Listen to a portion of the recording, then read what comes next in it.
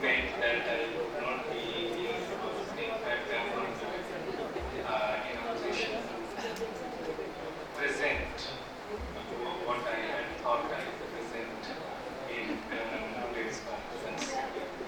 But just to keep good my word to some extent, to Sukhi, who is a very dear friend and a loved junior from my student days. I have asked my research scholar, Aniket Ojha, to present on my behalf. So he shall be sharing the thoughts about the topic, Sugandhi Bharat, Viksit Bharat, looking back, looking ahead with you on my behalf. Thank you, and my sincere apologies to Sudhir and organizers for not being able to present myself.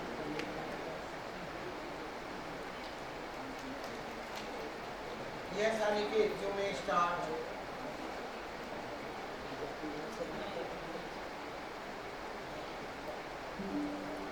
Okay.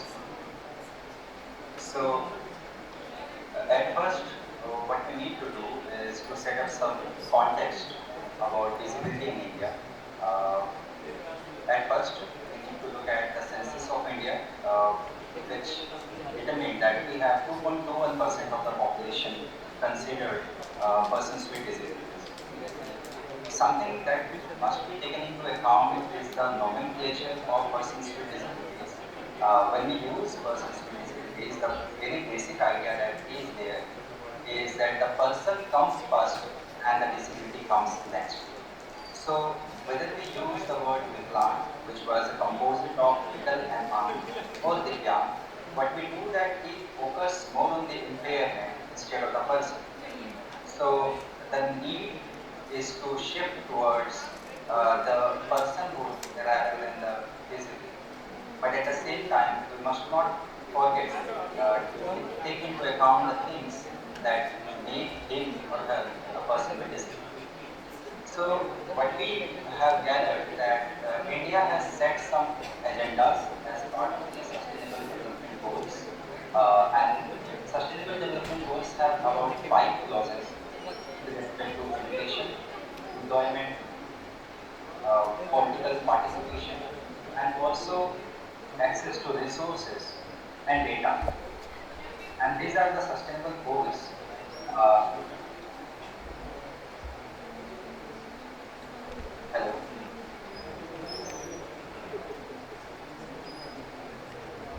Hello. Am I audible? Yes, sir, you are audible. Can you switch off the mic from that side? It's yeah. Thank you. Okay, I'll be continuing. Sorry for that. Yeah.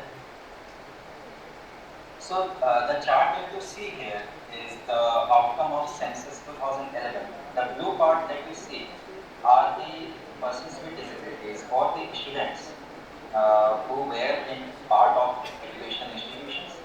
The 12% persons with disabilities had attended an educational institution, but they were not attending one during the time of census, and 27% of persons with disabilities never attended any educational institution. So this is the sort of understanding we can get when it comes to education statuses of persons with disabilities in India. We find a huge gap in terms of literacy, and at least a graduate level understanding. So in 2011, only 5% of persons with disabilities were graduate or above, and that was a concerning data, and that is why we needed to move towards inclusive practices in terms of legal, in terms of judicial, and in terms of infrastructural and attitudinal approaches to this. And the chart that you see here is about the employment, the workforce that persons with disabilities determine. On the left, you find the total number of persons with disabilities. In the middle, it's the persons with disabilities in the rural area, and then on the right, you find it in urban area. Interestingly, you see that in rural India, the unemployability is less than in urban India. see the urban females here, 84% of those did not work and only 16% of those worked. Whereas if you move to rural India, you would find females working 25% in the sector and 75% were in the non-working category. Now, when we talk about disability in India, basic statistics and data are fine. But why do we consider a disability to be something which should be addressed? We know that our cultural narratives have a lot of examples of persons with disabilities. Particularly, I will be giving examples of three central figures. First would be Dhritarashtra, second would be Ashwagandha, and third would be Mantra. And we are commonly familiar with these figures. As you know that Dhritarashtra's blindness is used as a question to his legitimacy to the throne, and then Pandu becomes the king, and later it becomes a significant stop for the conflict between Kauravas and Pandavas that happened in Mahanta.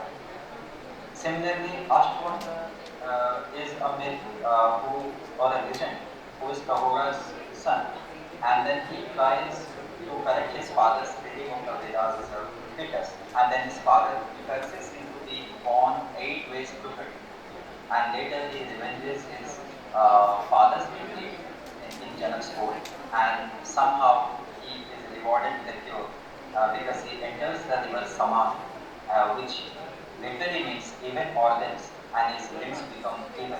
His organs are straightened. So this